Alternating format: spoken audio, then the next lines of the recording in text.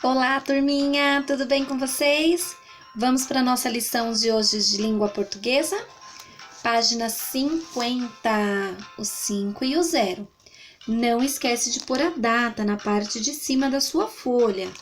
Hoje é dia 5 de junho de 2020. Muito bem. Turminha, nós vamos dar continuidade às atividades daquele folder que nós trabalhamos na última aula de português, ó. Esse aqui, que tem a parte de fora, a parte externa, e esse que tem a parte interna. Então, nós vamos continuar as tarefas falando sobre este folder, tá bom?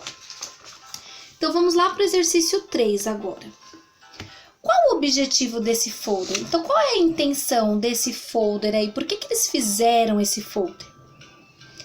Turminha, o objetivo foi para divulgar a campanha e explicar o que é o trabalho infantil, para ele poder ser combatido, certo? Então, escreve aí na sua resposta que o objetivo é divulgar a campanha e explicar o que é o trabalho infantil, para ele poder ser combatido.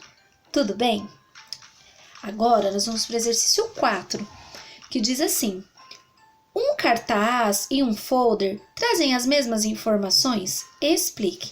Então, a gente já viu o que é um cartaz, que a gente viu lá o cartaz do Zé Gotinha, lembra? O cartaz da água, lembra desse cartaz aqui, ó, da água, do Zé Gotinha, e aprendemos o cartaz do folder também, esse aqui, certo?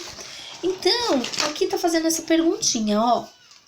Um cartaz e um folder trazem as mesmas informações? Sim, eles trazem as mesmas informações. A única diferença, turminha, é que o folder, ele aprofunda com mais detalhe as explicações, tá? Essa é a única diferença. O folder, ele tem mais explicações sobre o assunto. E o cartaz não, o cartaz já é menos informações. Anota aí a sua respostinha.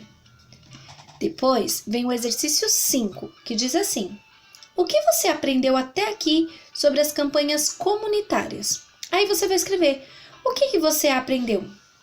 Você aprendeu as partes de um cartaz, né? E quais são essas partes? O título, a parte principal, o slogan, a assinatura, né? As características de um folder que você também colocou, que são o título, as informações mais detalhadas, o uso de títulos e de subtítulos, as dobras, tudo isso você pode escrever aí na sua resposta, tá bom? Depois, nós vamos para o exercício 6, que diz assim, ó. Ligue a frase à função do sinal de pontuação utilizado ao final dela.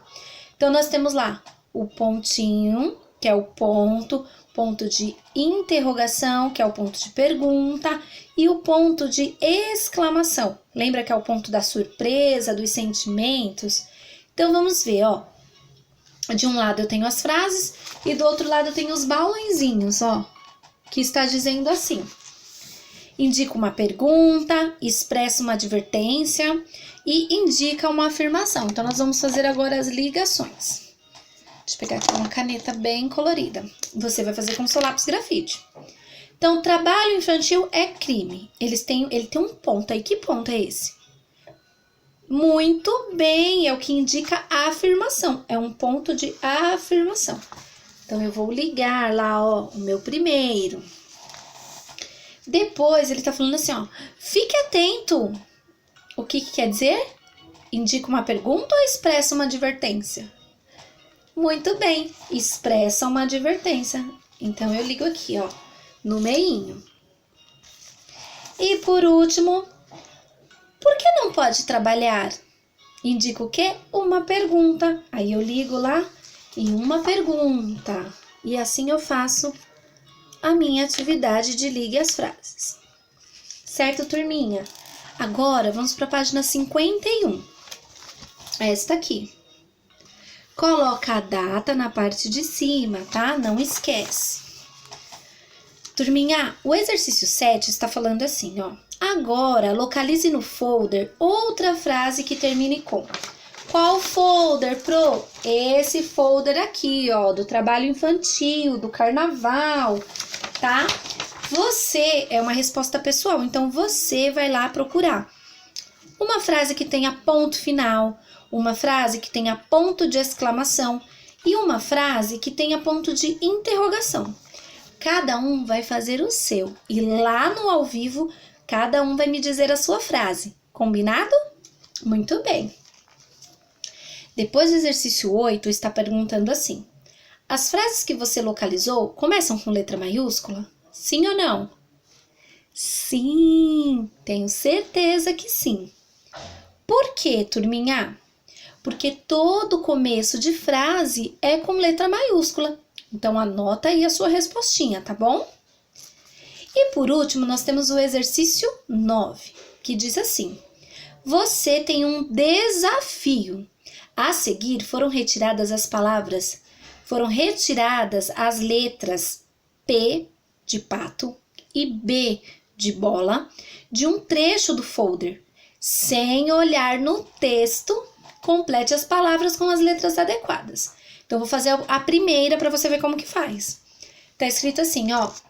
Dizem que o trabalho... O que é o quê? Eu vou pôr B ou vou pôr P? Trabalho. Então, eu vou pôr o B. Aqui, ó. Neste espacinho. Tá? Dizem que o trabalho não faz mal a ninguém.